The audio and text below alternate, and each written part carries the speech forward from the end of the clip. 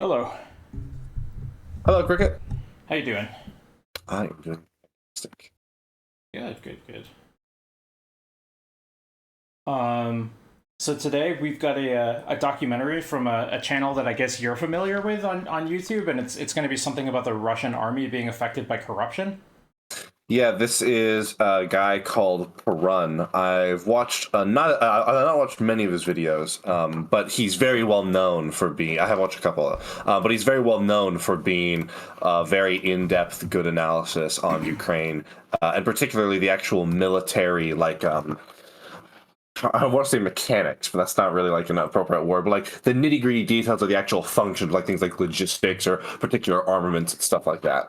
Okay, do you know how this person is gathering this information on it? Because I found it like pretty curious the idea that somebody would even have inside information on how Russia is being affected by they're because like I would have thought they're like a they're not going to be just going around leaking this type of information to the world, right?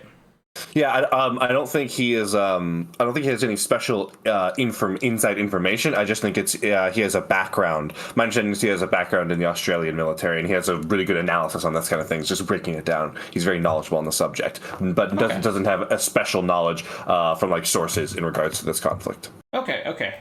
Well, I'm ready to go whenever you are. Oh, whoops! I need to start streaming to you as well. I always forget that. Give me 1 second.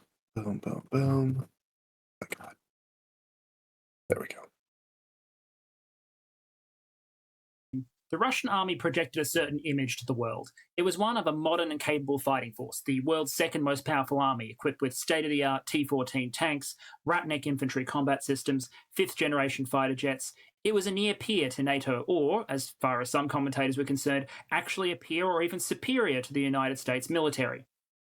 After the invasion of Ukraine, we saw a very different side of the Russian military.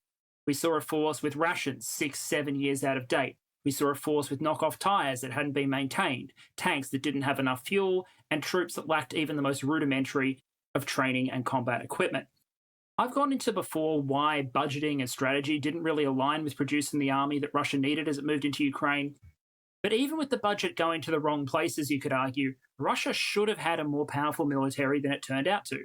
It had all sorts of purchasing power parity advantages. Things are cheaper in Russia. They don't pay their troops very much. The budget they have should have gone far enough to produce a far more capable military than we saw roll into Ukraine in late February. So the question is, why? And the problem can be introduced pretty easily. Let me introduce you to Sergei. Sergei is the defense minister of the Russian Federation. It's a good job if you can get it.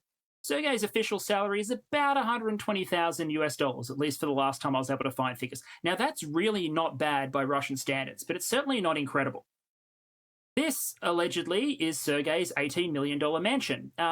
Sergei's life is pretty good. His daughter actually bought the land, allegedly, for this when she was 18. And there's nothing suspicious about that at all. All 18-year-olds buy massive plots of land. All 25-year-olds own sprawling mansions outside That's Moscow. what Hustlers University does, After people. the invasion commenced, Ukrainian anti-corruption authorities actually went so far as to send Sergei a thank you for allowing corruption in the Russian army to get so great that it had diminished the combat effectiveness of the Russian forces. And today, I want to look into that cancer of corruption a little bit. I previously avoided it because it's hard to quantify, but you can't talk about why the Russian army is behaving the way it is without talking about the issue of corruption. So what I'm going to cover today, I'm going to open with caveats so I don't get sued and so you understand what this presentation is focused on. I'm going to give a few stats around corruption in Russia in general. And then from a procurement and practice perspective, I'm going to talk about how military and procurement corruption works, or at least some sorts of it work. I'm going to give a couple of worked examples to demonstrate how that might work and how it builds upon itself until you destroy the capacity of an army to operate. Then I'm going to explain why it's so damaging in general, why militaries are particularly vulnerable, and also some ideas generally about what we can do about it. But before I do that, and here are some words I never thought I'd be saying, here are some words about the sponsor What for Russia today's can do video. about it, or what the West If can you've do followed about me it, for I a wonder. I think both. Okay. while, you will know that I am deeply suspicious of both clickbait headlines and ideological echo chambers when it comes to reporting. Ground News is a news aggregation and comparison website and phone app that tries to get around that problem. What it allows you to do is look at headlines that are emerging and compare the coverage of various journalistic organizations at different points on the ideological spectrum to identify blind spots and to compare coverage. It also gives you a lot of additional information as well. If you're dealing with news websites that you're not familiar with, Ground News has got information on their historical slant and have done the evaluation work for you to an extent. They also provide a raft of additional information, like what the ownership structures of certain organizations are. Are they government news networks? What's their historical factual accuracy rating? It also lets you go further, I think, and interrogate a little bit about your own media consumption habits. So if you're studying stories on, say, the Ukraine crisis, for example, you identify whether or not there might be gaps in the coverage that you're consuming that are telling you the story that you want to see, rather than the full spectrum of information that's out there. So while I don't think this can solve the problem of media polarization overnight, I think it's a valid attempt and a tool that tries to fight back against that phenomenon. So if you're interested, ground.news/Perun is the link for checking out the product. My thanks again to the people for Ground News for sponsoring me today. So here are some caveats up front. Firstly, everything I say in this presentation is either allegedly or possibly, or in some cases the words might be, it seems likely to me that. Nothing in this presentation should be taken as a representation or a statement of fact. I use a bunch of external sources, which I will quote when I can, but please, everything I say here is alleged. Any resemblance to any people, living or dead, is entirely coincidental. And what I'm going to focus on, because there's a huge range of corruption at play, I'm going to focus specifically on the clearest and worst examples of corruption, theft and misuse, where people are actually stealing state funds or resources. I'm not going to talk so much about grey corruption. Grey corruption are those cases where there's politics or influence at play, and the actions that are taken may or may not actually be illegal, but they can certainly be highly damaging to state interests. It's also not a comprehensive list. There's a lot of corruption that goes on in the world, and I can't talk about all of it today. But if you have examples that you would like me to talk about in terms of case studies, please put them below in the comments. I also want to say that this is not just a Russia thing. Corruption is not just a blight that affects Russia. It's universal to a greater or lesser extent. I'm focusing on Russia today because that's the topic of the presentation, and Russia is the nation that invaded Ukraine. I'm not claiming specifically that, for example, Ukraine has no corruption. Corruption in Ukraine is not zero, but it's its own case study and the subject potentially for another presentation. I'd also say that this is not a detailed study on how to corrupt a military procurement process. It's not a how-to guide, so please don't take it as such. Okay, so just to give a sense of scale to everything that we're about to talk about, let's give an idea of corruption in the Russian military in general. The reason I didn't talk about this too much when I did the original All Bling No Basics is because it's really hard to quantify.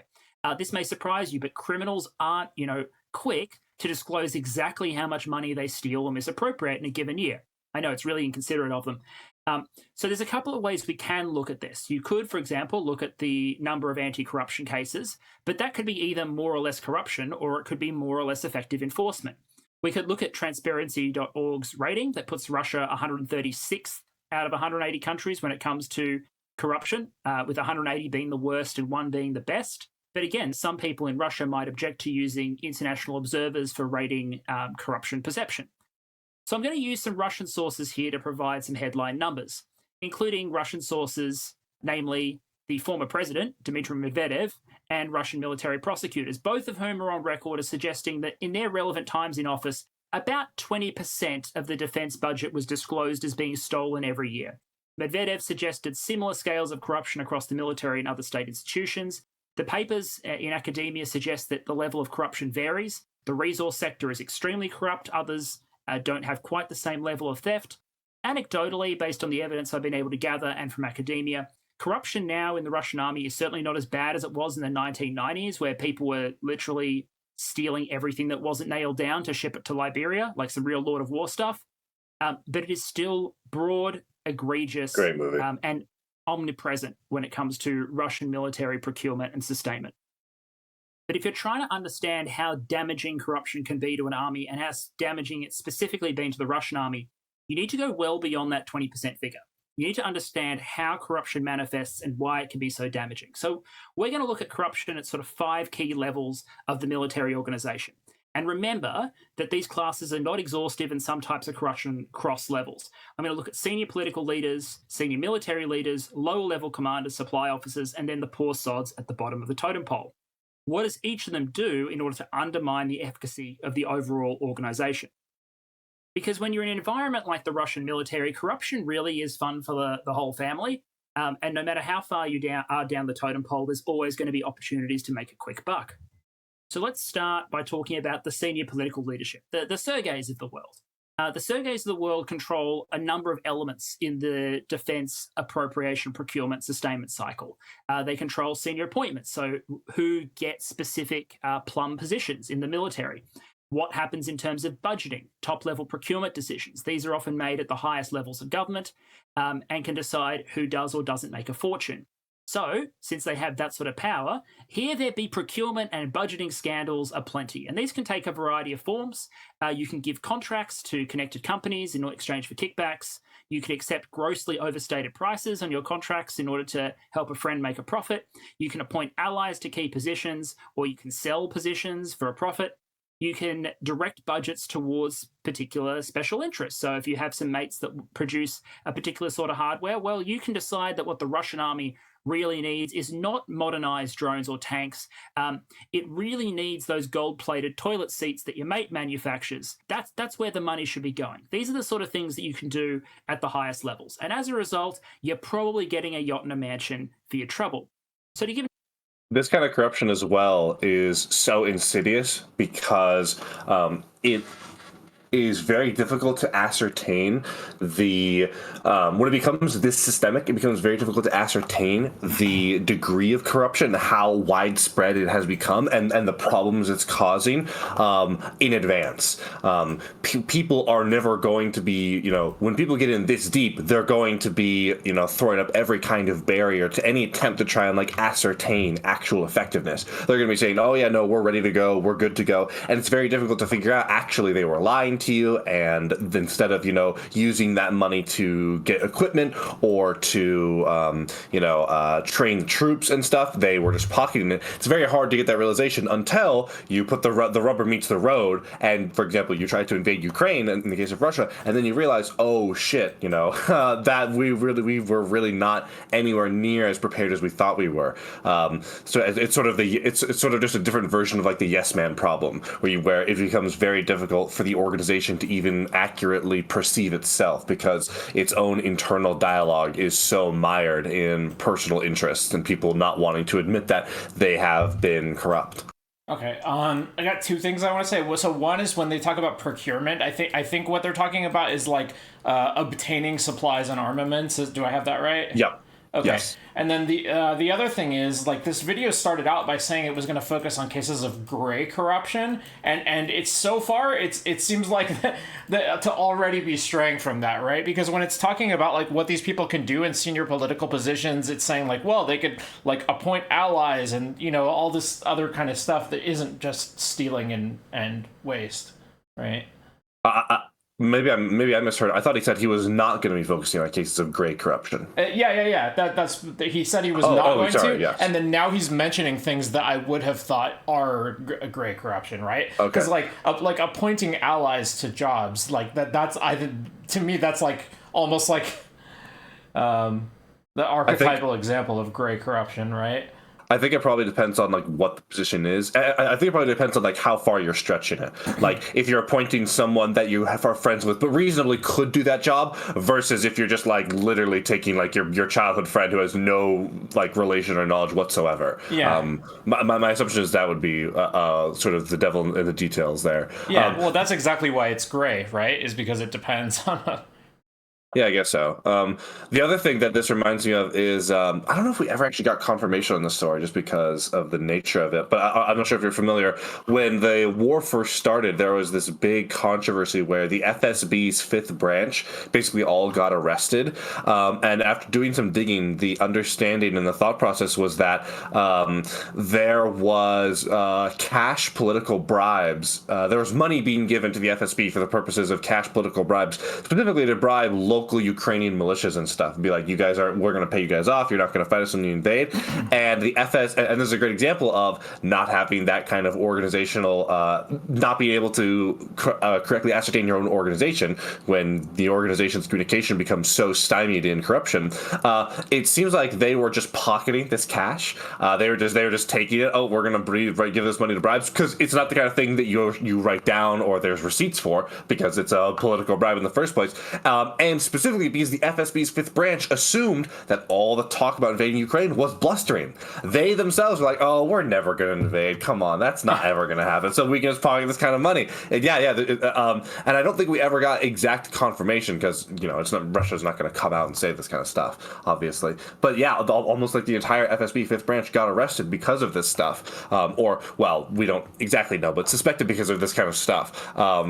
Just another great example of the inability to correctly ascertain, or not even ascertain at that point. At that point, that's just to get the organization to do what you want it to. It's like a total breakdown. Yeah, that's a funny irony when it's like this money is supposed to corrupt our enemy, but instead we're just going to use it to corrupt ourselves. Yeah. And the FSB, and it goes both ways. Not only do the guys at the top, when there's a breakdown in the information flow within the organization, it's not just the case that the top guys can no longer really get an accurate reading on what's actually going on, but the bottom guys, who sometimes need to sometimes act on their own, they don't have correct information to act on. The FSB fifth branch genuinely thought, yeah, that's not going to happen, bro. They didn't believe their own stuff because there was no information about it, or the information they were getting they didn't think was reliable. So then when they go to act on their own, they're not acting on correct information. It goes both ways.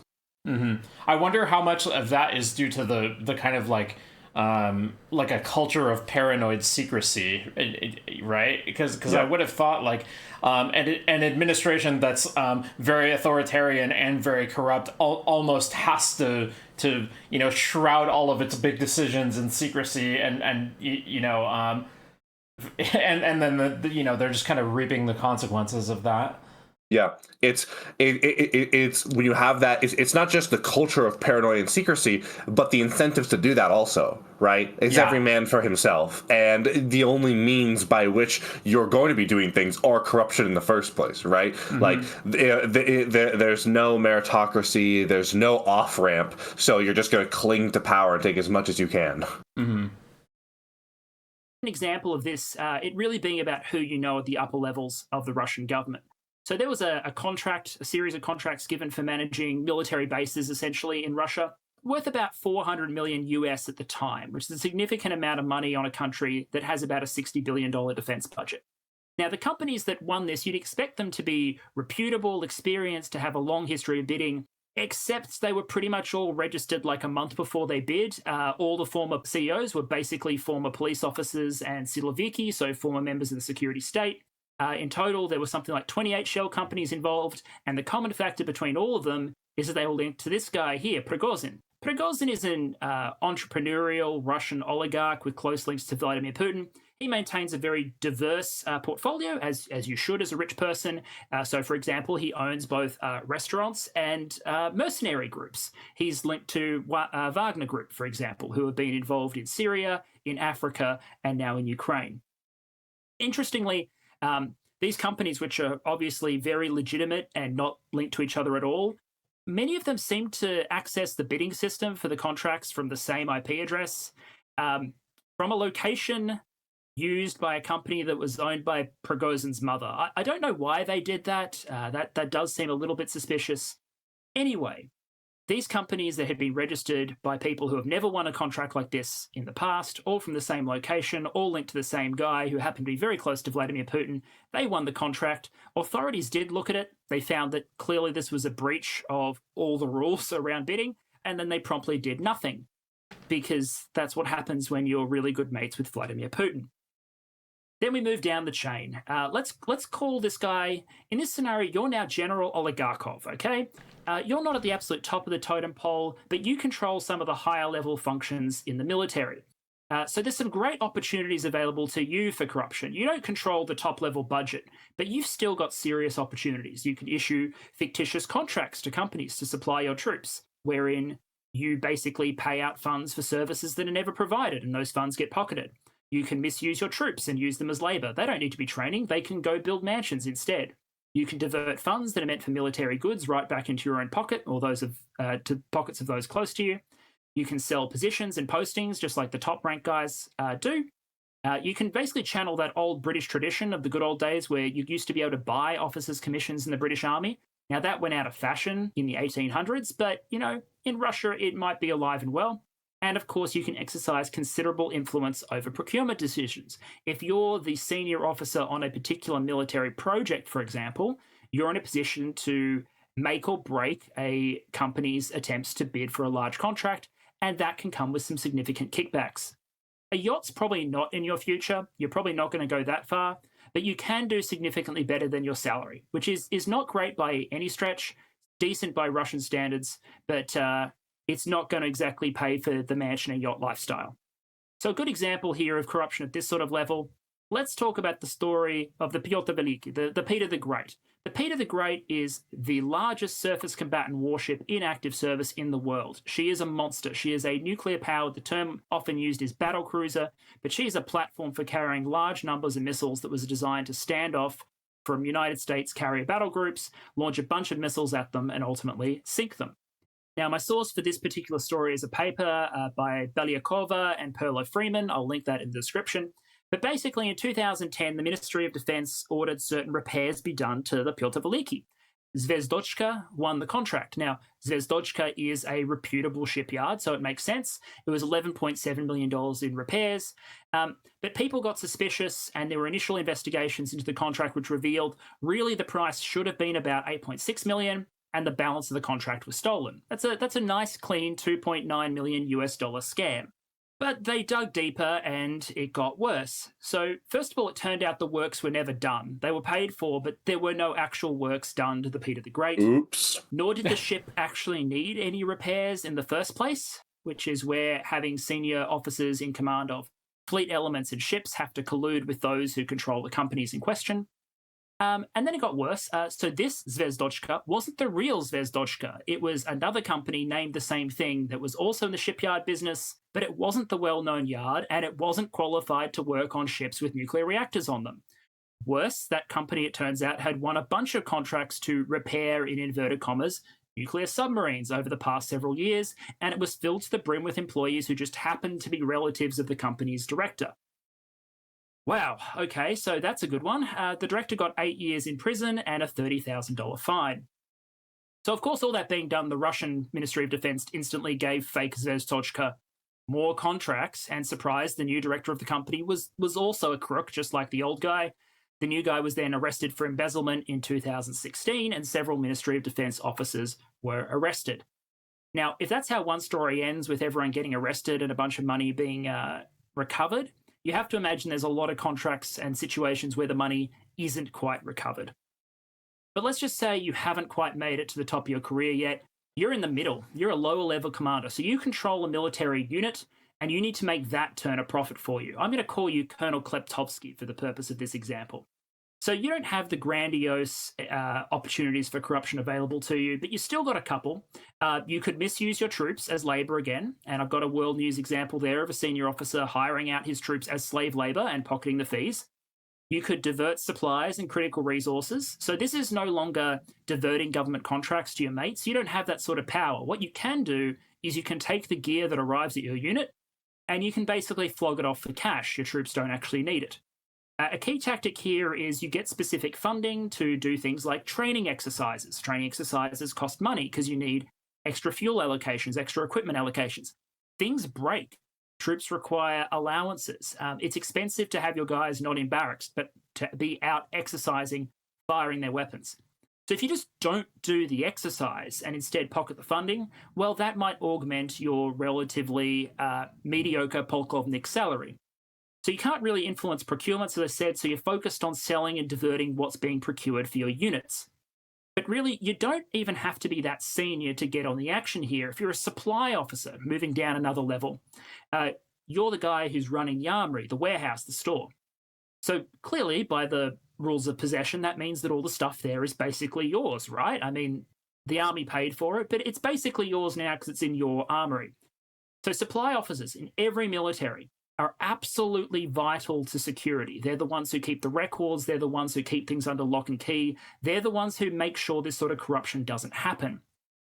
But if everyone above them is stealing, well, sooner or later they're going to see the opportunity. They can't control large contracts, but there's lots of ways for them to basically appropriate the things that do come into their care. One tactic, for example, is you can sell weapons and equipment that comes into your care and then write them off as damaged or destroyed on exercise or stolen or missing. You can falsify records so that the equipment never existed or was faulty on arrival or has been transferred out and make it someone else's problem. There's all sorts of white-collar ways that a smart, system-savvy supply officer or quartermaster can make supplies disappear and end up in their own pocket. You can pull off all sorts of petty diversions here and cover your traps because you're the one who's responsible for tracking it all. And after all, in the Russian army, you're basically paid nothing at this level. And you look at your bosses, who you know are at least a little bit corrupt. Some of them are driving Mercedes, some of them have mansions, and you just might think that maybe pocketing a few dollars for yourself is worth it, even if that means some of the kit doesn't quite make it to the troops. Can we pause for a second? Which then takes us down to the... It seems like almost everything that they're describing, it just involves the use of military resources to do business with other people outside the military, right? So it would have to either be like foreign countries or domestic Russian people who are cooperating with this, right? Like there has to be some kind of culture of tolerance of this, which I'm sure there is in Russia, or else this wouldn't be happening. But probably in foreign countries too, because all of this stuff that they're selling has to end up somewhere, and somebody has to be buying it, or else none of this would work, right? So this this entire operation only makes sense in the context of a world or a culture where corruption goes far beyond the military. Yeah, I think the other interesting thing about this is you talk about these are all examples of basically misappropriating the funds or the resources or the equipment or whatever it is that they have access to through their job. Yeah. And I think this has the very sort of insidious effect of then they sort of become latched on to whatever position they have. If this is the way in which they enrich themselves, they're never going to give that position without a fight. They're always going to try to stay in, and it becomes very difficult to then try to remove these people from those corrupt positions in the first place, right? Because they and almost everyone else is going to be personally enriching themselves on the basis of the things they get from that position, right? There's no graceful retirement or anything like that. There's only a continuing drive to try and drain resources basically out of the government, which I think is a very sort of insidious effect on them. Those people don't just now try to stay in their position. They try to stay latched on as hard as they can, but it has the opportunity cost of, well, now other people aren't coming up through the ranks, right? All these higher up ranks are being purposely held on to much longer than they otherwise would be, which then only further kills the incentive for people who want to reform the system to work, because they're not going to be able to advance. And you know who the people that want to advance the most, that are going to try to succeed in this kind of system? It's the people who want to advance on that same basis of participating in corruption. So it just on multiple levels just destroys all the incentives for people to function well inside the organization. Okay, I think I only halfway agree with what you're saying. The reason why is because I think people in positions of power have plenty of incentives to stay in power in every system that rewards them for doing that, right? And I don't think the system has to be corrupt in order for that to be the case. But the part that does make a lot of sense to me is that people around will permit this to happen, and that you don't have any kind of institutional mechanism for turnover of power the way that you would in a country that's that's experiencing a lot less corruption.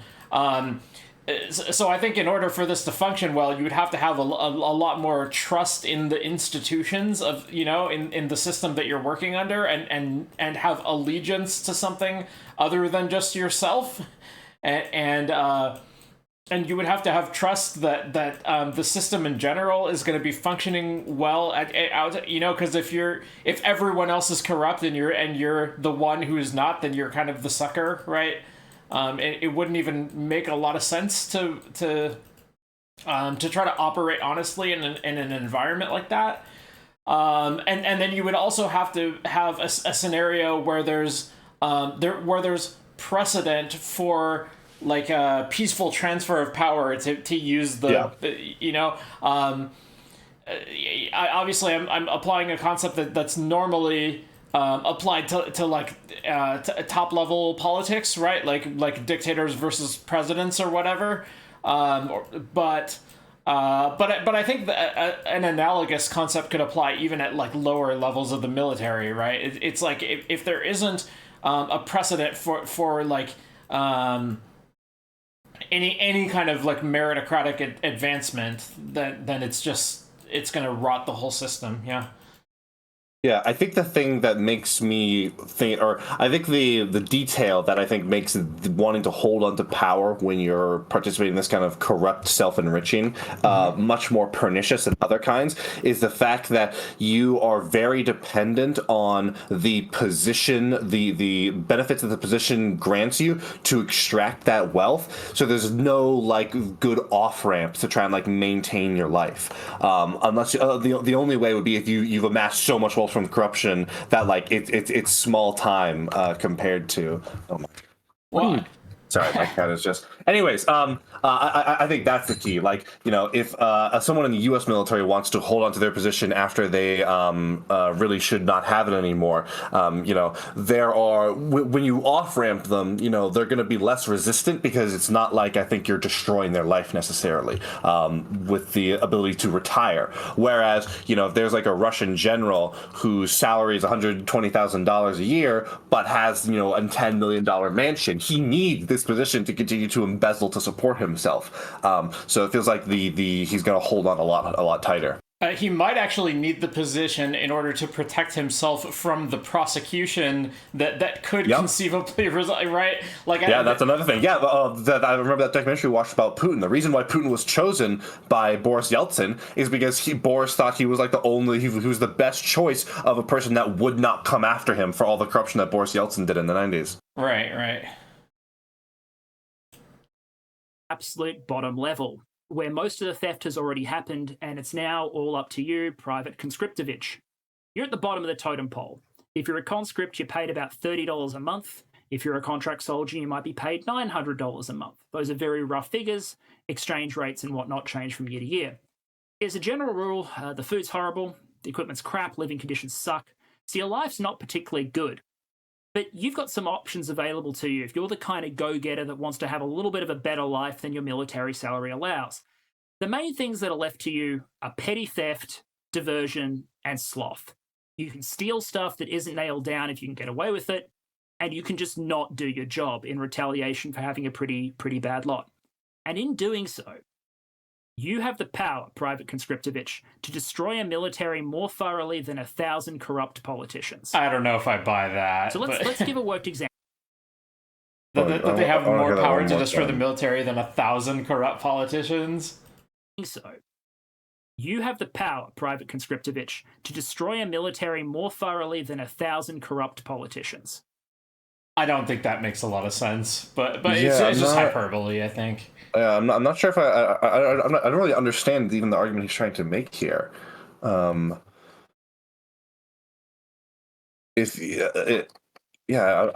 really understand actually at all what he's even trying to say.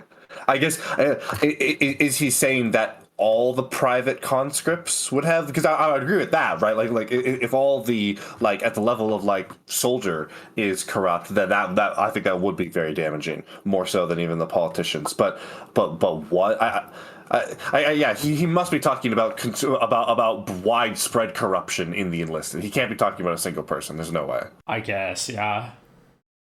So let's give a worked example, because I've talked you through how this works at each level. Let's illustrate this from start to finish using a hypothetical example. Let's give the hypothetical example of developing a new body armor system. Because one thing we can't forget is that R&D engineers in Russia, they may not be particularly well paid. Many of them are quite old. Many of the design bureaus and organizations and experts date back and were serving as far back as the 80s and pre-fall of the Soviet Union. All that being so, they're capable of miracles on tight budgets. Russia is capable of developing some very impressive kit. So let's just pretend they produce, I'm calling this Flowtrace, a new highly effective future-style body armor system that can defeat, let's just say it can defeat 50 cal rounds. It has an exoskeleton. It's going to make the infantry the most effective infantry on the modern battlefield. Now, there is a snag, even at this stage of research and development, where some poorly paid member of the team sells all the specs and a prototype to a lovely American in sunglasses who offers him $1.5 million for the plans. And since he makes, 20 grand a year, he thinks that's a pretty good deal, and the Americans ship off a copy.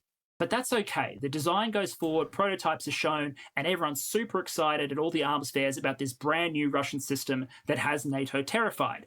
People on YouTube make a dozen clickbait headlines about how Russian stormtroopers are going to crush NATO, and that's that. So now it's time to actually buy the thing. We've researched it, it's time to purchase it. Flowtrace wins massive support in political circles, and a budget line for updating armor is written into the state armament order as a future armament replacement program.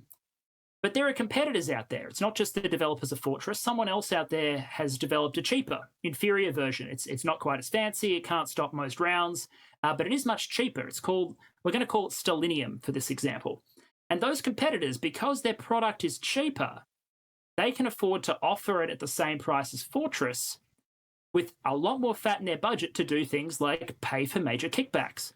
If Flowtrace costs $25,000 a set and Stalinium costs $10,000 a set, well, the Stalinium guys can bid $25,000 a suit and have $6,000 or $7,000 a suit set aside for bribes to make sure they win the contracts. Now, this might not be direct bribes. It might be that the contracts go to people in whom the higher-ups have shareholdings or their family are linked to. Just has to be some way to pass an economic benefit to them. It's not just cash changing hands in black paper bags. So suffice to say, the higher-ups look at this situation. They can buy the Stormtrooper armor, Flowtrace, for $25K, or they can buy the okay, functional, modern tier armor for $25K, and they can get a yacht out of it. So, of course, Stalinium goes into production. Too bad, Flowtrace. Another thing that I think is really sort of another thing that's really troubling about this kind of state of affairs is, as Perun sort of mentions right there, corruption becomes part of your budgeting, and it has this hugely warping effect on choosing for what gets funding and what gets to succeed in the first place, right? Like, imagine, how many Kickstarters that have provided real utility, or I shouldn't say Kickstarters, but imagine how many companies that have provided great utility or great inventions. Imagine how many of them that have succeeded. In that group, how many of those would have actually failed if they had an extra $50,000 expense along the line? And in a world where that $50,000 expense in the form of corruption is quite common, you can already see how so many companies like that would fail. And then once that's established, the even greater number of companies that won't even try, or if they do try, are going to try somewhere else. They're going to move. They're going to, flee the country and try to work elsewhere. This kind of stuff happens all the time. I'm reminded of, I'm not sure if you're familiar with, I think it was called the Lav MC scandal.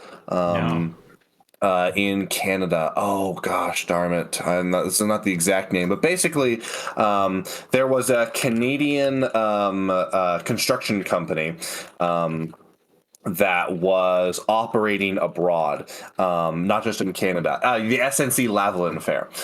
There was a Canadian construction company that was very important to the Canadian economy, and it also happened to work abroad. And it worked in certain countries where you kind of just have to do bribes to get stuff done. Like bottom line, you just have to. And there was then this big controversy. They were getting investigated for maybe having done some bribes, and I believe it was Justin. And this is where the sort of the controversy around it arises, is that Justin Trudeau basically, to a varying degree, intervened and tried to make it so that they were not investigated from his position as the prime minister. And this was a huge controversy, and there was a real heated debate over, should we hold them responsible for bribes when it seems like there are some certain countries where you just have to do bribes in order to get any business done. Is that the kind of thing we should enforce? course. I'm just reminded of that example, or there's tons of examples in esports. When like esports do tournaments in Russia, for example, or China, or places like this. Sometimes you just have to do bribes, and when that becomes a cost of business, it just has this hugely warping effect on the whole economy, because now every business has to be ready to pony up some extra money, and that's always going to get taken from some place that if it had gotten that money would have done some, or not necessarily some amazing good, but certainly more good than just lining the pockets of whatever corrupt border guard you're paying. And also because corruption is going to be so highly variable, like you can't actually predict that much, like how much money it's going to cost you, and this is going to make it difficult to plan out anything, yep. right? Yeah, and when those, and again, it gets even worse with the perception. It's not just,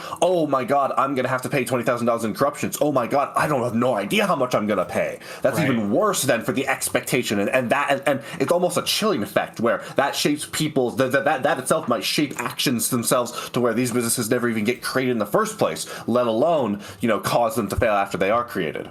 Right. And if you're at risk of, like, if you're in a Western country and you're at risk of being prosecuted just for doing ordinary business in whichever country it is, then obviously, like you said, there's going to be a chilling effect there too, where it's like maybe they just won't want to do business with that country at all. Yep. Then, the decision having been made to purchase it, it goes into production and ordering. It's time for units to start equipping with stellinium. It's time for the factories to start turning it out. But here's the question for the unit commanders. Why should they not profit if all the higher-ups are getting $6,000, $7,000 in their pocket per unit in exchange for producing the inferior product in the first place? I mean, some of these officers will have actually paid bribes to secure their posts, so they have to turn a profit somehow. So there's lots of options here to cut deals and divert funds. Maybe they can make an agreement with the manufacturer wherein instead of paying the manufacturer $25K, they pay the manufacturer $15K, but they don't actually get an armor suit in response. They just get nothing. They pay the $15K for the manufacturer to be quiet. They pocket the $10,000. There's hundreds of ways that you can configure this sort of corruption. But the point is, the armor never actually makes it to the units, but the money still gets spent, and some of that money goes straight into the unit commanders' pockets. Now, the unit commanders can't send their troops out naked. That's not really a good option. So the generals and colonels are like, we have a bunch of perfectly serviceable Cold War tech still in storage. Let's just say you still have a whole bunch of Cold War stuff. I'm going to call it Shitbox 1980. So you've got a bunch of Shitbox 1980 in storage, and you're like, well, we're just going to give that to the troops instead. It's perfectly fine. It's not like we're going to go to war with anyone or anything. So, let's just issue that and everyone makes their money. All right, so now it's phase 3. We're going to supply the units with the stuff now that's been produced and ordered. And the troops hear the news that they're getting Shitbox 1980, and Shitbox 1980 starts arriving at the supply bases. Now, if you're an enterprising supply officer, you see an opportunity at this point. The plates in the front of that plate carrier, those things go for $1,000 on the open market. So, of course, as the Shitbox 1980 units start arriving from deep storage at the units, the supply officers remove all the plates from the plate carriers and start flogging them on eBay or something. Maybe they replace them with sheet metal, or maybe they replace them with nothing at all, but they sell the actual good stuff. Supply officers look around because they, can't give the troops nothing. People get suspicious, and they see they've got some old crap, jackets, T-shirts, whatever. And, if it's good enough for the catechins from Warhammer 40K, then, the dumb grunts won't even know the difference. After all, tell Nyashka, those striped shirts, those are basically bulletproof, right? They didn't need armor plates. So the troops get issued brand new 30-year-old T-shirts instead of state-of-the-art body armor, which gets you down to phase 4, the unit level. Here you are, a poor frontoviki in the Russian army, and you've just received your set of Shitbox 1980, and there's either the sheet metal in it or there's no plate in the plate carrier. It's not very good. It sucks to be you, Private Conscriptovich. Now, you very much would like to have some armor because you think you might be going to war. You'd like to have something that can at least stop a frickin' musket ball. So you need to find the cash for something better out of your own pocket, basically. And while you're at it, a few extra rubles for food and a good time, some vodka, wouldn't really go astray, especially if you're a conscript and you're trying to make do on $30 a month. That's a tough gig. And after all, your leaders are all criminals. They're all stealing everything. You were meant to get fancy armor, and instead the supply officer's saying, nah, mate, it's T-shirts and jackets. That's what we've got.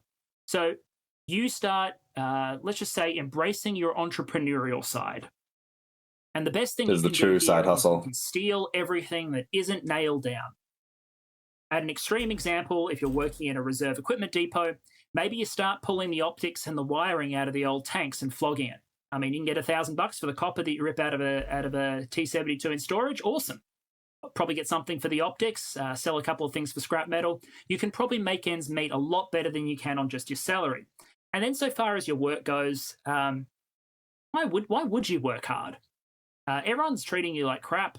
So why would you do preventive maintenance on your vehicles? It's cold out there. It's -5 degrees. Why are you going to go out and exercise the 300 vehicles in your part of the park that are assigned to you? No, you're going to sit inside and you're going to dutifully sign the bit of paper that says that you went out and did preventative maintenance on all of them. And while you sit warm inside, thinking yourself a genius for having screwed over the boss, those vehicles will suffer from decay and become practically useless over time. Which leads us to phase 5, where the rubber hits. I just want to say something else about the mindset of people who are probably doing this. I think if there's such a widespread expectation that all this stuff is going to get stolen anyway, then if you steal this stuff, it's almost like you're not even stealing from the military. You're instead stealing from the next guy that would have stolen it anyway. Yeah, and that's what they're thinking along each step. That's exactly what they're thinking. Yeah. It's the road. Turns out you are going to war, you've invaded Ukraine, and suddenly Private Conscriptovich and his colleagues are in a very bad place. The reserve vehicles they pulled out of storage, they won't start because someone stole all the wiring. The ammo's ancient, someone stole the diesel, which means you're running out of fuel halfway into your planned advance. Private Conscriptovich is watching all of his allies get in their ancient armor and their shitbox 1980 sets get absolutely slaughtered. Because it turns out that when the Americans found out that Russia was developing an armor set that could protect against most rounds, they spent a fortune developing an armor-piercing rifle that was designed to deal with that armor. Now Russia doesn't even have that armor, and Ukrainians are engaging in tremendous overkill as they get the latest and greatest in NATO weapons. The commander who's trying to organize all this is a political appointee who bought his position, and all of this is happening for, as I said, about $900 a month. So when you get to this point, where nothing's working, where the invasion's a shit show, where your commander is an idiot, is it that surprising that the response of Private Conscriptovich and many of his friends is to basically say, nope, start looting a few homes, grab a washing machine, put it in the post and try and send it home so the family can flog it? Only for the stuff that you loot and try to send home being stolen by all the logistics staff who are responsible for shipping it home. Basically, with corruption, no matter what, whoever's on the bottom loses. So, humor aside, and I employ the humor to make sure this topic isn't too depressing, why is corruption so damaging? And why is it so much more damaging than that 20% figure would suggest? And I want to go back to first principles here, economic first principles. Corruption is possible because a person is given the ability to sell something or steal something without paying the true cost of doing so. They're doing something using someone else's money, someone else's property, and they're not acknowledging the externality of their action. As a result, the price in corruption is never efficient. You're never charging as much money as you are doing damage to someone else, or at least most of the time you aren't. We're going to explain that a little bit more in a moment. But the key point here is that 20% of the budget being stolen doesn't mean a 20% less effective military. It's a lot worse than that. The other clarification I need to make before I explain how the corruption gets as damaging as it is to explain that not all corruption is theft per se. I'm focusing on theft, but not all corruption is just the same as breaking into a bank and stealing the money and walking off. Procurement corruption and other forms certainly exist. If we talk about the Orlan drone for a moment, the Orlan 10 drone, let's just say that drone should cost $20,000.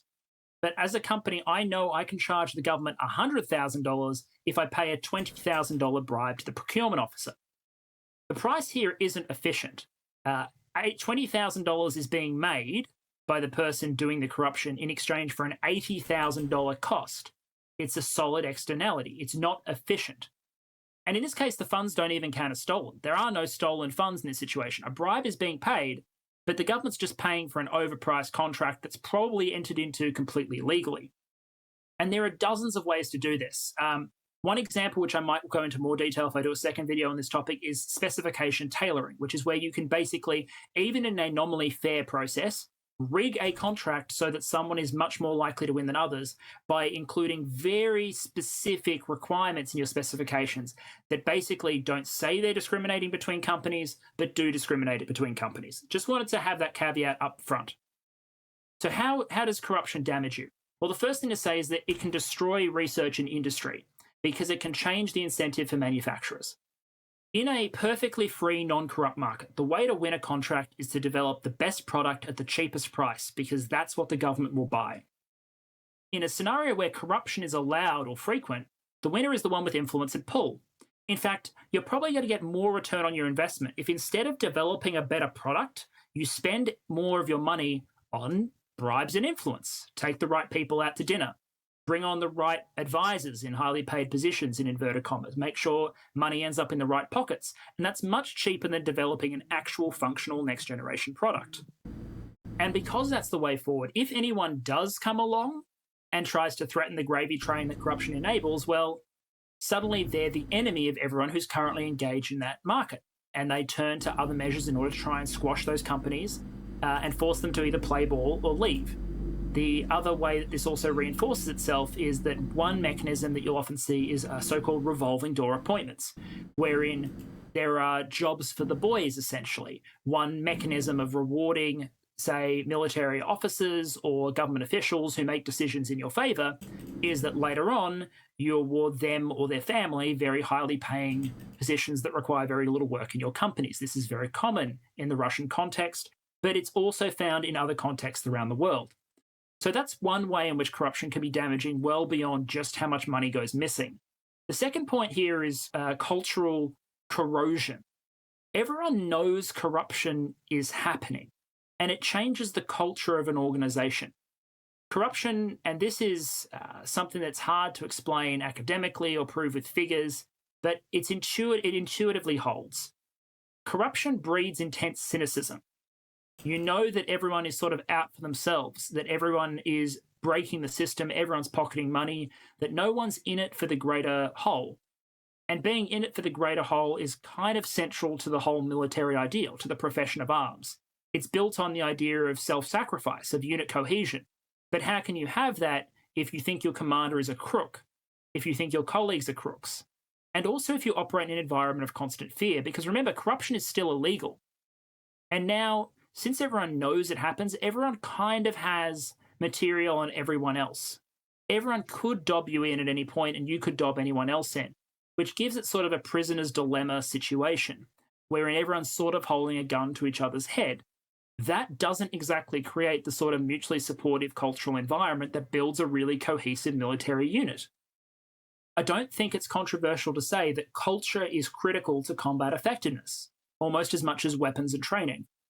And the sort of culture you get out of corruption, well, it's not the combat effective kind. But now I want to get into the point that I really want to nail in terms of why corruption can be so damaging and why corruption specifically screwed the Russian military in the Ukrainian invasion, or at least it seems to.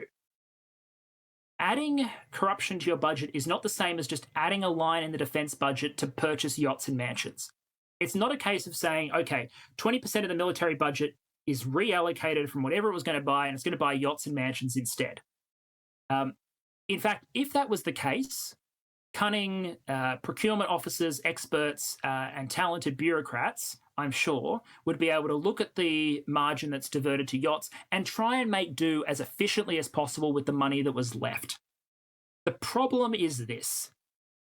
The benefit of a particular piece of corruption, the value a person manages to steal in inverted commas, is often far less than the actual cost imposed on the organization. So let's just say a private strips down a reserve vehicle of its copper. A $2 million modernized T-72 gets stripped of its copper and its optics, and those get flogged for a couple of $1,000s. So maybe $5,000, $6,000 has been stolen from the military budget, but in exchange, $2 million of damage has been done because that vehicle is now useless. If you sell a few $100 worth of diesel, again, your vehicle is useless. Your unit is combat ineffective. If you appoint a politically connected idiot in exchange for a $10,000 bribe, then the unit he is leading is not combat effective because he's an idiot. A little bit of corruption ends up with you putting knockoff tires on your $25 million anti-aircraft system, while your $25 million anti-aircraft system bogs down in Ukraine and gets torched by a bunch of babushkas with Molotov cocktails.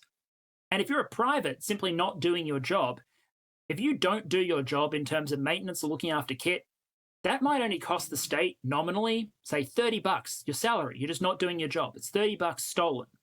But the number of vehicles and the decrease in combat effectiveness that has been damaged by you not doing your job is immensely greater. So it's almost the case that the lower the level of corruption, the more likely you are to have this multiplier. Because it's really simple to do kickbacks at the contract level, and the government also kind of knows. Like, it still knows, even in corrupt contracts, you know what you're paying for the corrupt contract. You're not getting value for money. But at least you can plan around the fact that the drone costs $100,000. Even if it should cost $20,000, you can plan your budget around the fact that it costs $100,000. It's hard to plan your budget around the fact that half the vehicles in deep storage have been looted for parts and scrap metal. That's a little harder to run a contingency around. And that leads into this point about how corruption is distributed. Corruption isn't efficiently distributed. As I said, it's not like you just have a line in the budget and then the government gets to take the 80% that's left and put it where it efficiently is left over. It gets stolen from wherever people can steal it. And it can introduce points of failure into very intricate systems for very low amounts of money. Military hardware, military units, military operations are extremely intricate machines. They have lots of moving parts to them. And the smallest fault in the smallest place can bring the whole thing crashing down. There's sort of a similar asymmetry to just the very nature of the war, with Ukraine playing on the defensive, or sort of any of the sort of archetypal guerrilla warfare operations. Like I think the big one that we would think of as Americans is like Vietnam. The ability for smaller resources for militaries or armed forces with much smaller resources too, because of some sort of asymmetry. In Vietnam, it was their familiarity, their home field advantage, to inflict much greater casualties. But I never thought about sort of formulating that idea in the context of corruption. That the Russian private who strips the vehicle of copper, he gets $5,000, but he's now basically turned this $2 million vehicle into a hunk of scrap. I never thought about it in that way, but it's a genius way of formulating it. And what it really does is it really shows you just how bad of a problem this is. That you're able to extract a couple $1,000s of value, but then you've dealt $2 million of damage. Really puts it into a tangible sense for how bad this can be. Yeah, so I just had this funny thought that this actually falls into the category of coordination problems, like we were talking about last week. I know we didn't love the video that we did last week, right? But it is kind of one of those prisoner's dilemma type of situations where if you had a single intelligent strategy governing all of this, you could have a much more efficient outcome even with the corruption. But because the corruption is uncoordinated and it's being done by separate people with separate incentives and separate strategies, you end up with this much less efficient outcome. Mm-hmm.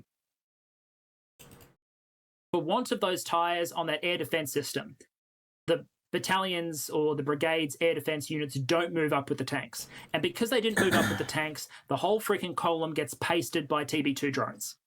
Because the reserve tanks had $1,000 worth of copper wire ripped out of them, well, millions upon millions of dollars of armored force replacements aren't available. Because there's an idiot in command, the entire unit gets pasted, and because the unit gets pasted and doesn't force a crossing across a river somewhere, the entire offensive bogs down, and the entire geopolitical objective of the entire operation is thrown out the window because someone took a $15,000 bribe and put an idiot in charge. The real example that stands out here is we have significant amounts of evidence from Belarusian media, from Russian social media, from Western sources and elsewhere, that generally seem to suggest that Russian troops that were stationed in Belarus before the invasion, who didn't think they were going to invade Ukraine, were engaged in selling off diesel supplies on a relatively large scale. And as a result, when they pushed into Ukraine, yes, their logistics system sucked, but they'd also just sold a bunch of their diesel. And that significantly weakened the impetus of that initial offensive. In the first few days, you remember that the image of the Russian invasion on the key front was tanks, APCs, and air defense systems running out of fuel, deactivating, and being left and abandoned by the side of the road to be recovered by tractors. It was anti-aircraft systems that had run out of fuel and couldn't power on, being destroyed by TB2 drones. Because some bloke decided, or really lots of blokes decided it was worth flogging off, a few tens of thousands of dollars worth of diesel at their unit level in order to pay for vodka or accommodations or food because they were being given out-of-date rations or whatnot, the combat effectiveness of significant parts of the Russian army on the Northern Front were diminished from what they would be if that corruption wasn't present. Corruption is more than the 20% going missing. It's the immense damage at every level of the system that can result, because it turns out that the sort of people who will steal wiring or flog diesel or appoint their mates to command units aren't particularly concerned how much that diminishes the combat effectiveness of the wider Can we army. pause again for a second? Go figure. So earlier I was kind of making this point about how the unpredictability of the way that corruption happens is going to make it hard to plan out anything in a large scale coordinated way. But I think like the point that he's making now is that secrecy does the same thing, right? And corruption almost has to entail secrecy because it's like you're doing stuff that is illicit, and because that stuff is hidden, from the superiors, from the people who are supposed to be making these big decisions in the war, that therefore you end up with the people at the top of the chain, in charge of a system that they don't even understand very well. Yep. And it also means that there's an incentive for everyone to avoid any sort of an investigation, right? The guy above you who would normally be investigating you for corruption doesn't want a corruption investigation because he was also doing corruption. He doesn't want, the armor that he gave you and you stripped to be investigated because he gave you inferior armor that was cheaper and got kickbacks because of it. So he doesn't want any sort of investigation either. There's sort of and it's funny because, again, when you talk about the incentive structure, this then creates its own incentives. You already know no one's going to be investigating for corruption because the guy above you and below you is already doing corruption. So right. So there's no risk. Like another thing about the incentives is like, let me think, how do I put this? I think there's gonna, the equilibrium that this is gonna tend towards is it seems like it's gonna tend towards like an all or nothing thing. And the reason I say that is because if you've got a system that's perceived to be working well, in which not a lot of corruption is happening, then you have an incentive to keep it working well. But if you have a system that's not working well, then you almost have nothing to lose by stealing from it. There's like almost no downside to, like the cost to the system of or like the marginal cost to the system of a little bit more corruption just becomes less and less the more corruption there is, and therefore it just seems like you're gonna. It makes sense to me why you might like slide all the way like to one direction or the other, and it just seems like a medium amount of corruption just seems like a very unsustainable state because of that. So why are militaries in general so vulnerable to this? Why is corruption such a feature in military procurement, military sustainment, military operations? There's a couple of factors that go into this. The first is public attitude. Military in most states enjoys a bit of a golden position, even amongst the most cynical populations. This is a general rule. It's not true everywhere. Approval and trust in militaries is usually higher than in other equivalent institutions, and the public also generally regards defense spending as a necessity. It's something you have to spend money on. So if the military is weak, it's likely the public's just going to accept you spending more money on it rather than fixing the underlying issues. Whereas if it's something less critical and very visible, and there's corruption present, they're likely to instead push for you to try and fix it. Well, with the military being weak, you're usually just going to get support for pushing the budget through. And if you oppose a military budget, well, you're taking a political and social risk. The second point is hierarchy. The more hands, the more people that are involved in a conspiracy and the more power that they have, the more unstable a conspiracy is. It's why I never understand conspiracy theorists that suggest that, say, for example, all of the world's scientists or a majority of the world's scientists are in on something. Once a conspiracy gets bigger than a couple of people, it's kind of hard to keep it under wraps. So if you think about how most organizations, most companies work, there's significantly less hierarchy and there's more people who can blow the whistle. If you're in a company and you see your boss doing something dodgy, most organizations, you are capable of going over their head to report them, or going to another part of the organization that's been set up for that purpose. And the worst thing your boss could possibly do is maybe try to fire you, maybe try to transfer you. Well, in the military, especially a military like the Russian one, it's a little more complicated than that. There's a lot of things that your commander can do using the power of military discipline, military justice, and summary punishment in order to make your life really, really hard, or indeed make your life potentially very short. You also have set hierarchical reporting lines. It's difficult to go over your boss's head. There's an expectation that you follow orders.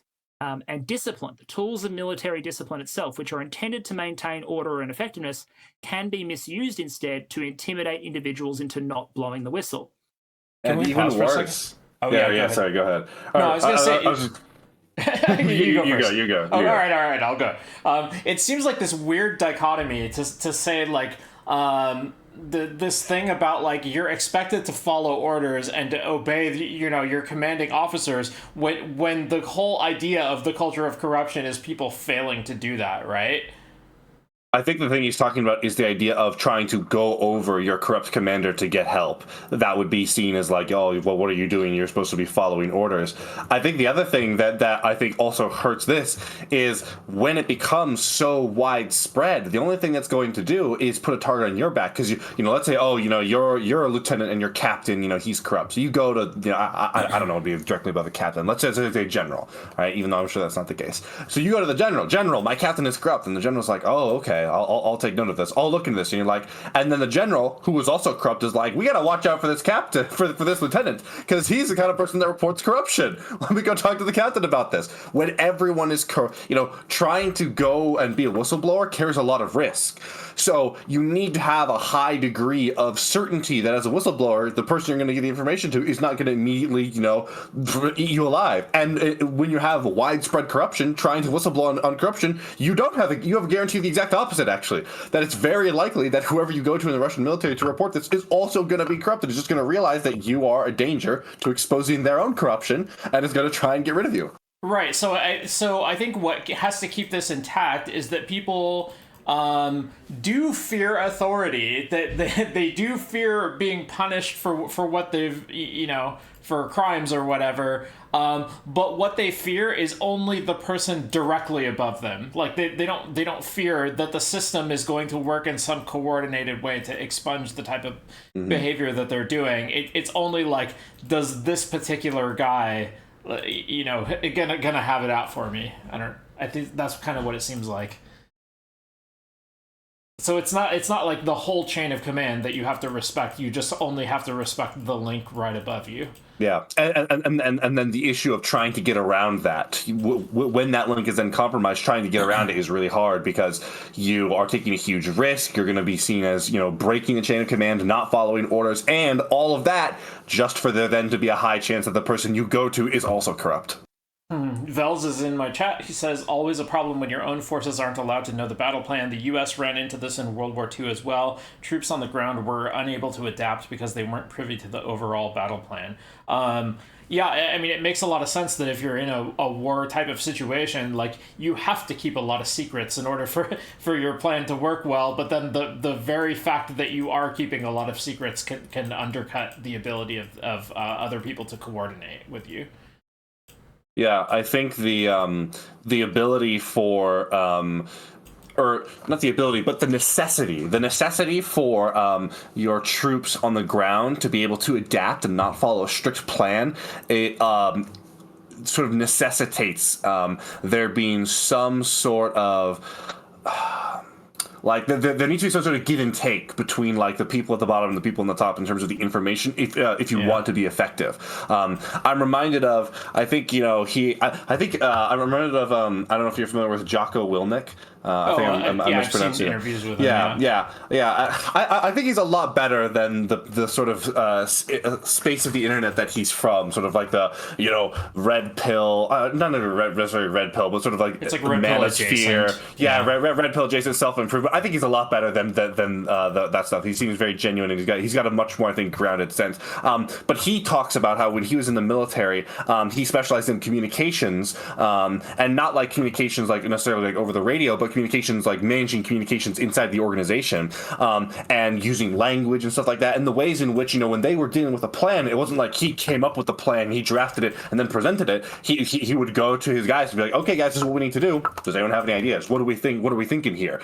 And working through that process. It feels like people can get really detached sometimes and think that the military is going to work like my video game XCOM, where I'm sitting in the chair with my master plan, and then I'm sending my orders out, and it just doesn't work that way. And when you try to do it that way and you don't tell people, you see all sorts of problems. We talked about the FSB 5th branch. An even better example would have been just the actual Russian military themselves. A bunch of people, we were getting reports of Russian units and Russian conscripts that, especially at the beginning of the war, were like, oh, we thought this was a drill. We're in Ukraine. We thought we were still in like the forests of Russia right now. Like, we didn't even realize. And when that happens, surprise, surprise, the troops on the ground tend to not be as effective when they have no idea what they're even trying to do in the first place. Yeah, imagine trying to play XCOM, but your soldiers are disobeying you and also lying to you about what their capabilities are. Yeah, imagine like you go like, all right, use your rocket launcher. We don't actually have that. What? Yeah. Also, because you have tight hierarchies that are very segmented, you don't have to have very large conspiracies in order to have pretty complete control over what a particular unit does in terms of its supply or procurement, for example, or a particular project at the Russian Ministry of Defense level. The next issue, and it does vary from military to military, is the point of secrecy. The natural enemy of corruption is transparency. The more that people can see about where the money is going and what it buys and what the state of affairs is, the harder it is to get away with corruption. I mean, I'm not sure many people think of auditors as heroes, but they do important work in terms of hunting down this sort of misuse of state funds. And in an ordinary organization that publishes a very detailed annual report and discloses its chart of accounts and transaction histories to government oversight organizations and to shareholders, etc., it becomes pretty difficult. Not impossible. I mean, Enron's a thing, but it becomes relatively difficult to hide corruption compared to, say, a military context. Because in the military context, and as again, it varies from military to military, the power of being able to say that's classified or that's compartmentalized or that's secret, well, that's a problem. Now, there's still significant issues in Western militaries on this front. But for example, you can go in and read in publicly open and available reports how much the US military spent on certain weapon systems in certain years, and you can get quite good levels of detail on where money is going. Now, going in and looking at secret programs or at the really detailed level, obviously not, but that's miles ahead. And I just looked up the Javelin figures and I put them on screen here for the United States for fiscal year 20 and fiscal year 2019. Good luck getting any of that out of the Russian state defense order. The Russian defense budget is incredibly opaque, which is why money can go missing easily, which is why money can be spent on things and no one outside of the pool of individuals that are familiar with that particular area of spending or that particular contract or that particular program is likely to understand what's going on there. It's an interesting comparison to Western militaries that are by no means perfect. I have plenty of stories about Western militaries, but it certainly does enable a degree of corruption that wouldn't be there if there was more transparency. And then here's the issue of visibility. This is the last one I want to talk about, and it's the one that's most often forgotten, because hierarchy is often discussed when it comes to corruption, misuse of power in a military procurement context. There are lots of ways to detect corruption. I already briefly mentioned some of the infuriating ones. All of the checks and balances and paperwork that you find all over the place in Western militaries. Anyone who's ever worked in a supply context as a quartermaster or in procurement or contracting understands how much goddamn paperwork there is in most Western militaries at the procurement stage, at the sustainment stage. At just about every time a piece of equipment changes hands, you can bet there's paperwork there. And that's one mechanism for trying to detect corruption, misuse, and issues. But one of the problems that enables people in the military to hide corruption a little bit better than other organizations is that corruption's easiest to find when you can see the results. If you're talking about a for-profit business, for example, unless they're using outright fraudulent accounting statements, and even that can only go on for so long, at the end of the day, what people are interested in is the company making money or losing money? And given that corruption loses a company a lot of money, most of the time, if money's being stolen, it's not going to be profit, that will eventually come out. That'll be obvious. The company will be doing less well than it should. It'll start to raise eyebrows. The forensic accountants are probably going to get involved. But the military is different. The military is meant to spend money. It's not meant to make a profit. At least you certainly hope not, unless states start to turn their armies back to mercenary service. The Swiss start getting ideas and go back to their old ways, for example. What a military is meant to do is to spend money in order to be combat effective. But you only find out if a military is combat effective when you test it. You can use exercises, snap exercises, to identify problems in equipment. The problem is those tests can be circumvented. The Zapad exercises, which were very impressive by the Russian Federation, number of Zapad exercises, included very large numbers of troops. They were carefully choreographed, and they are often known about in advance. And even the surprise inspections and the surprise exercises was a question of whether they were truly surprises, or did people get a heads up because they wanted to cover up corruption? If you know an exercise is coming, you can cover up a great deal of sins. You can cobble together enough diesel and copper and equipment to make sure your troops have what they need to do the exercise. You can tell them what their movements are in advance so poor leadership isn't revealed. You can cover things up because everyone down to the lowest level doesn't want to get caught out. So they'll find a way to make it work for the purpose of the exercise, and then everything can go back to falling apart. The problem is when you put it on the battlefield, suddenly you find out that all the diesel's been stolen, that the vehicles have had their copper stripped, that all of the officers are idiots, that the troops are eating food that's 7 years out of date. All of these things are impossible to hide once you actually hit the battlefield for real. And that's the problem. Russian senior leadership were probably being told, Vladimir Putin was probably being told, that the Russian army was in great shape, that it was ready for a fight, that it was modernized, that it was ready, that it was rearing and ready to go. He wasn't being told that the reserve vehicles were in terrible shape. He probably wasn't being told that the diesel was all being sold to buy vodka. He probably wasn't being told that there were no night vision goggles, there were no secure communications, that half the money had been misappropriated and stolen instead. This information wasn't reaching the top. But he was certainly finding out as soon as it hit the Ukrainian battlefield. And that's, I think, why corruption is a slow, a silent, and insidious killer. It's the great enemy when it comes to military procurement and maintaining an effective fighting force. Can we pause for a second? Everything.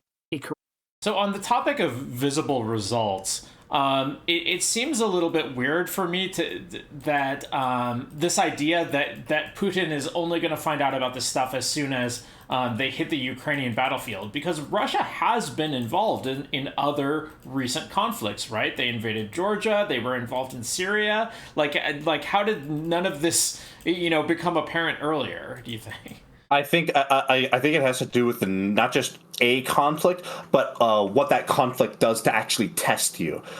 My understanding is that, like, for Georgia and the Chechen Civil War, I believe is the official term, Russia basically just rolled over. There was very little real resistance given being put up. So even the inept, so Russia needed only to use a very small amount of their military. Same thing in Syria. My understanding is Russia gave support, but it was very limited. It was not like a mass deployment of Russian troops. It was mostly the Wagner Group and specific air support, is my understanding in Syria. Whereas in Ukraine, I think they're using my understanding is they're using 10 times as much of troops and resources to actually try and invade Ukraine, and they're meeting far greater resistance than they ever did in Georgia or Syria or Chechnya.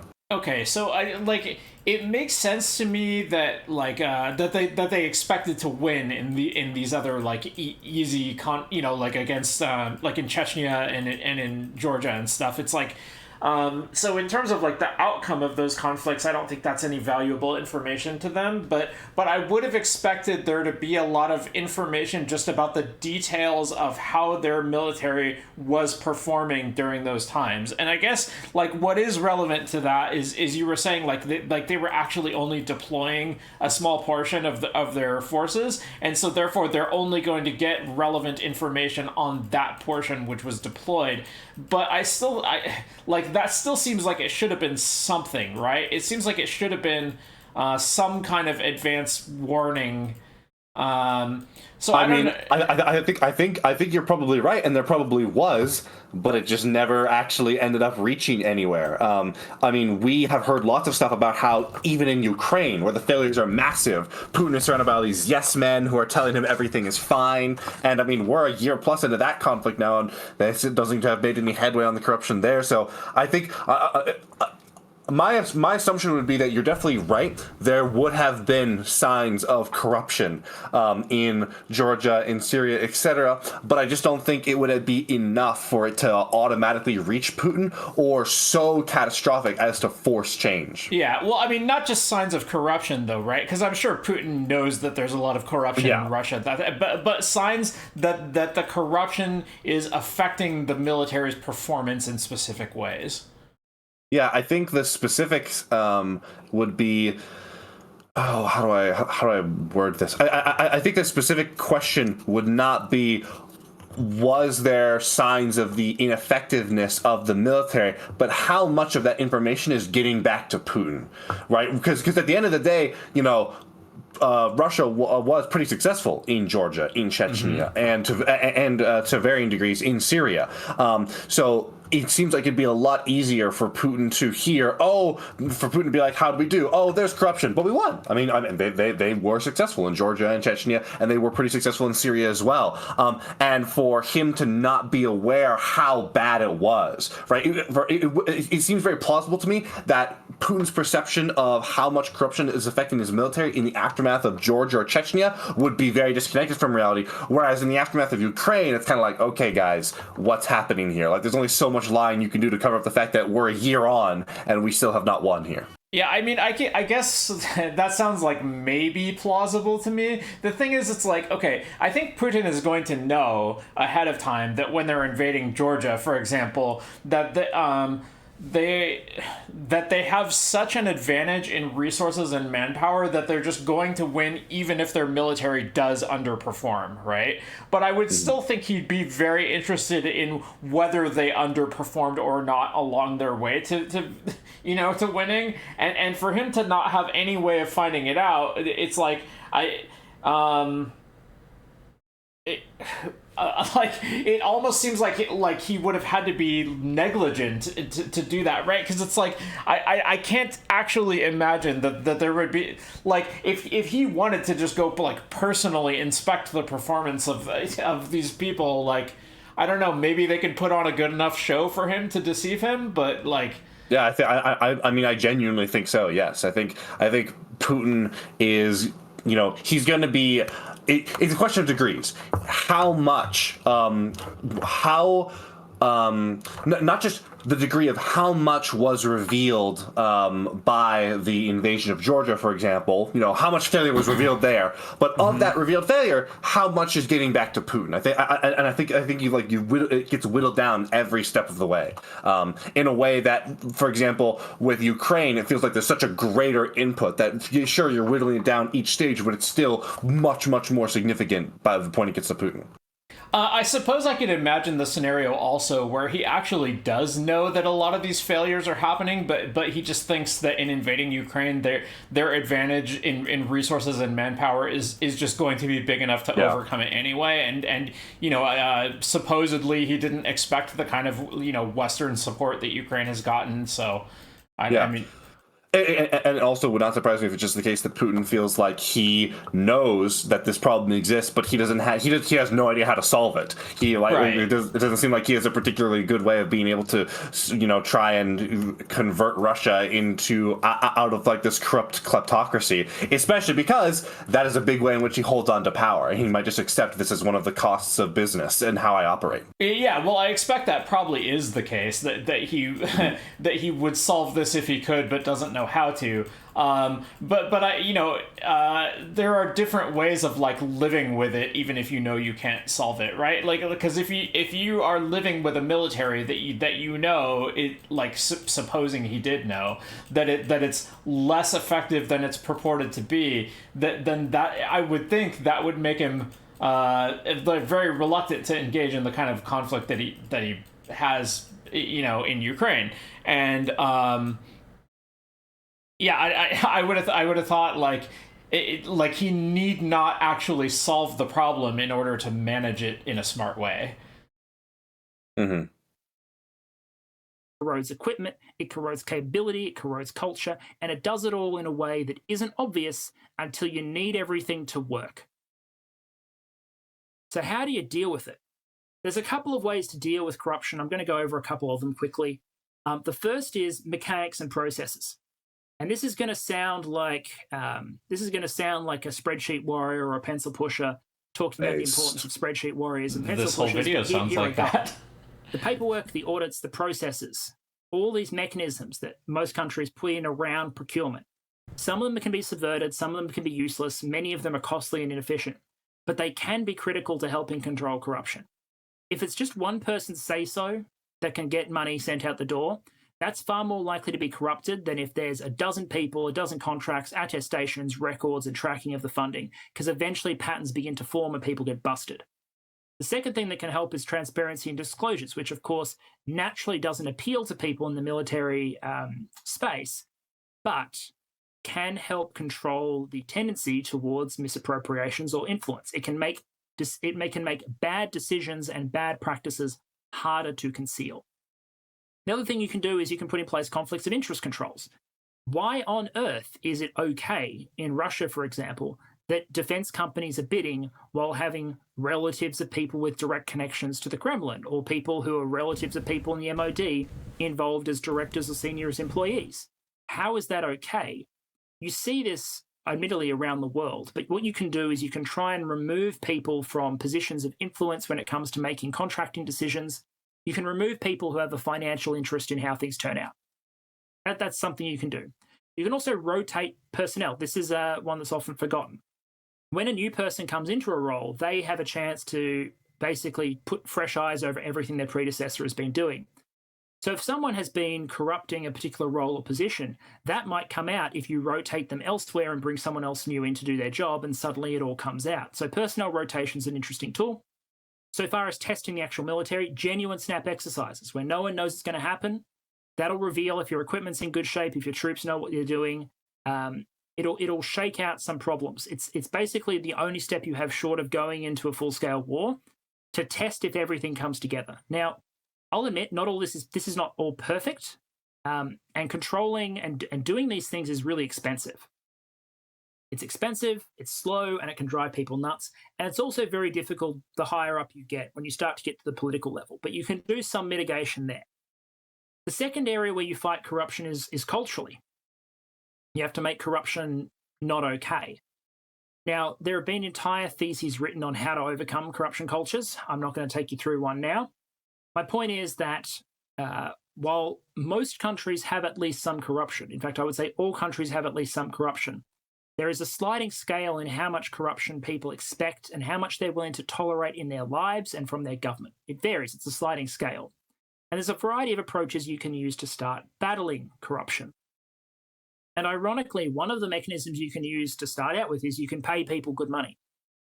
If you pay people enough that they can't internally morally justify it to themselves as something they need to do in order to just make ends meet, then you're removing one of the motivations, particularly for petty corruption. Maybe if conscripts weren't earning $30 a month, or if the contractors were earning more than $900 a month, maybe they'd be less tempted. I'm not saying that Sergei's salary, Mr. Shoigu's salary, needs to be increased to $500 million a year or whatever. I'm not saying everyone needs a yacht fund, but increasing regular pay is an option. You also, at the same time as you you remove the motivation for corruption by paying people fairly, you need to introduce the risk that it will destroy their life. So you need to have corruption hunters. They need to be beyond reproach. They need to have information. They need to have resources. You need forensic accountants. You need good records and systems. You need to make it dangerous to be corrupt. And then you need to build on this over time and continually reinforce it. If you just have one-off crackdowns, culture comes back. But if you sustain new behaviors, eventually you can grind it out. You can produce a culture where this sort of behavior isn't really accepted.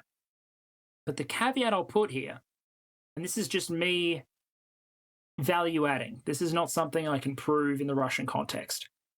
It's very difficult, or it will be very difficult, to change a corruption culture in a country as long as it is popularly perceived that the people near the top are engaged in corruption. Because as long as people think their boss is a crook, they will feel that they might have license to be crooks themselves, because that's only fair. So in summary, to close out. The other thing I think goes back to sort of all the expectations we've been talking about is it goes back to the assumption that when push comes to shove, corruption won't be prosecuted. And that when you try to report corruption, you're more likely to run into someone who is participating in corruption and thus put a target on your back than someone who's going to help you. Mm-hmm. Corruption does destroy institutions. Particularly, it destroys and corrodes militaries particularly effectively. It operates at all levels. Its style changes as you go down the line. It starts with budgeting and procurement fraud at the highest levels and ends with petty theft and sloth at the bottom. Militaries are particularly vulnerable to this because of their secrecy, their public support, their hierarchies, and also the fact that oftentimes the damage isn't visible until you actually have to go out and test the institution that you've built.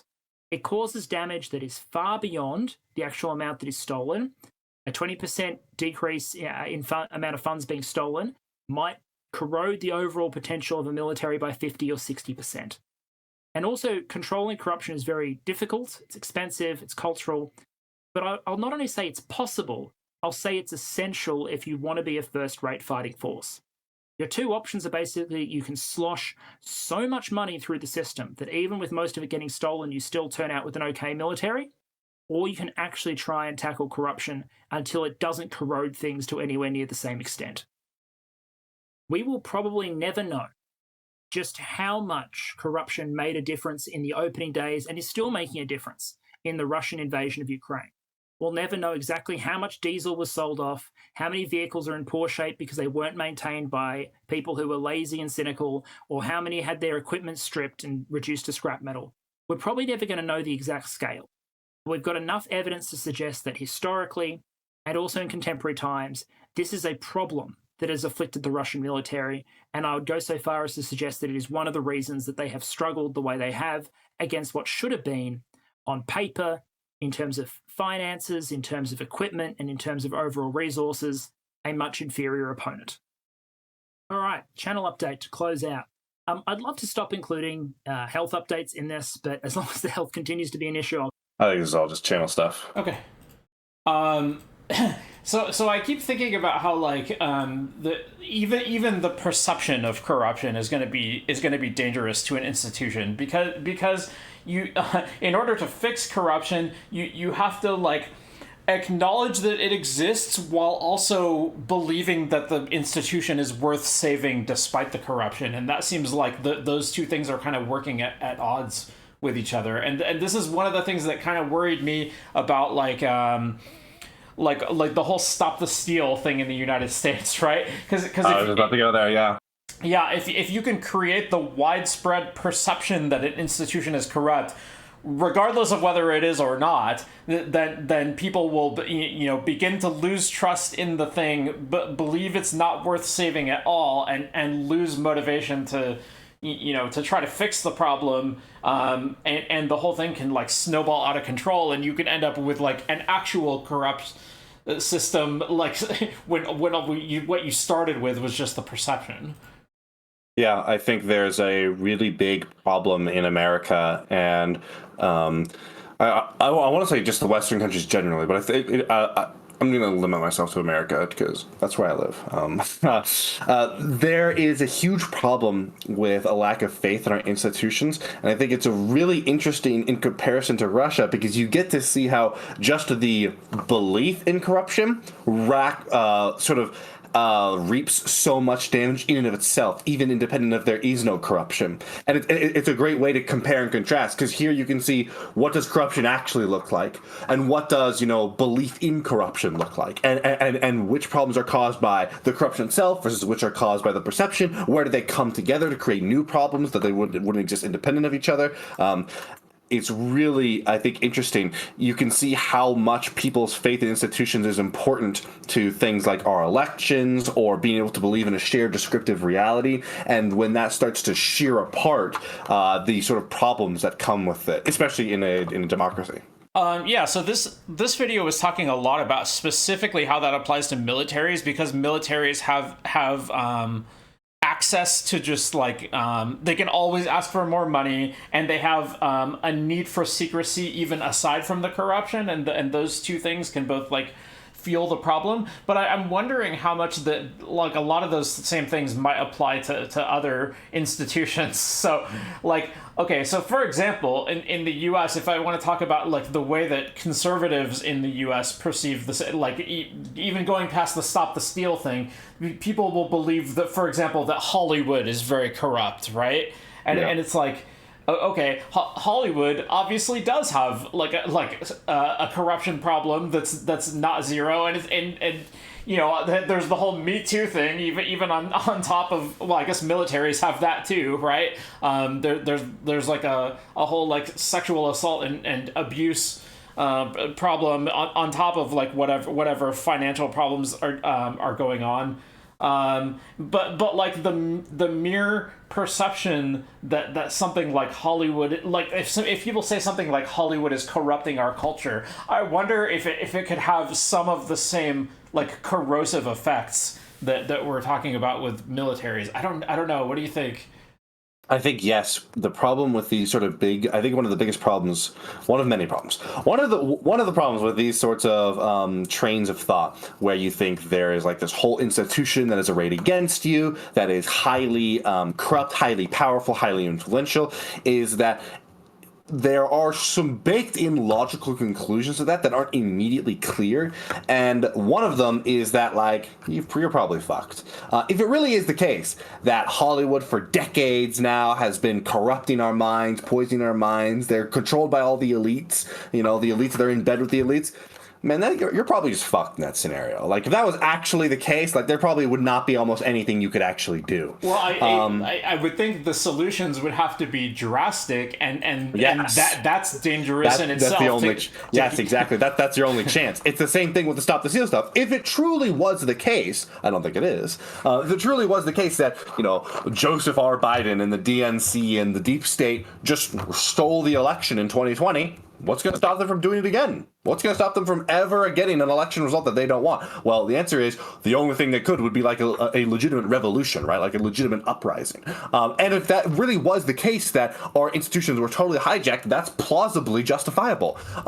So when you get in these states of minds, that's a more extreme example. I don't think there's many people that believe that, for example, we need to, have a revolution to get rid of, the military-industrial complex. But people do believe, for example, when we talk about the military-industrial complex, that like we got to tear it all down because it's our only hope. It's our only hope to get rid of this huge spanning thing that is amorphous and super powerful. Same thing with Hollywood, right? When people talk about these big grand conspiracies about an institution that is totally corrupt and is this monolithic entity with these very parasitic methods of insidiously pursuing their agenda, the only option to try and get rid of those kinds of things is usually very dramatic action, and it gets people stuck in these trains of thought where they think, abolish the police. Or a classic example now on the right is like abolish the FBI. The only way to get the deep state to drain the swamp, we got to tear it all down. We got to burn it all down. That's a super common thing to hear from like the more Trump wing of the Republican Party, which at this point, it's just almost all of the Republican Party. I think these thought processes lend people to very dramatic and extreme solutions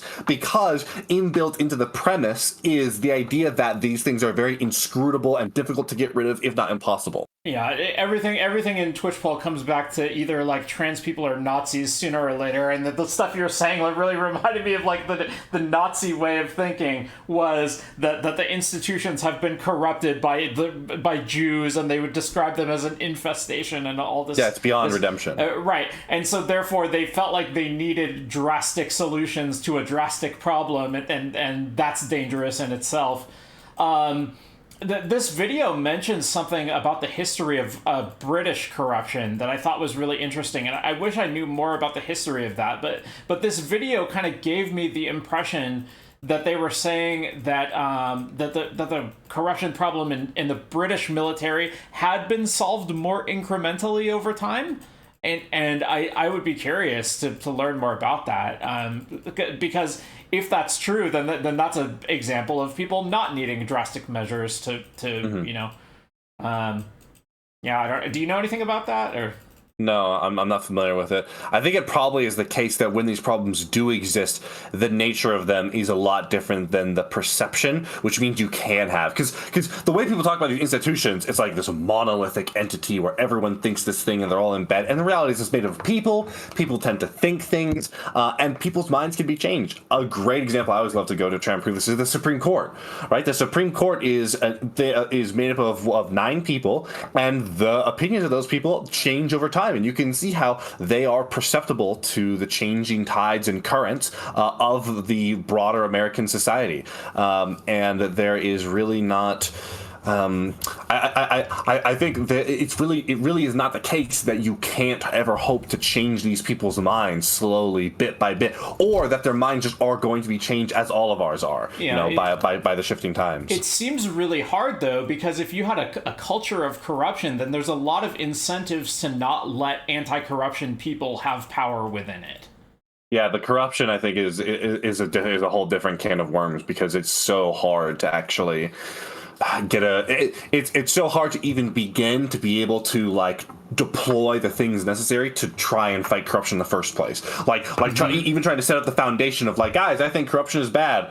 Oh, if you're in a corrupt country, people are not going to want to work with you anymore. Oh, guys, I think we should start dealing with corruption. Oh, people are really going to want to make sure you are not in the position to be able to deal with corruption in the first place.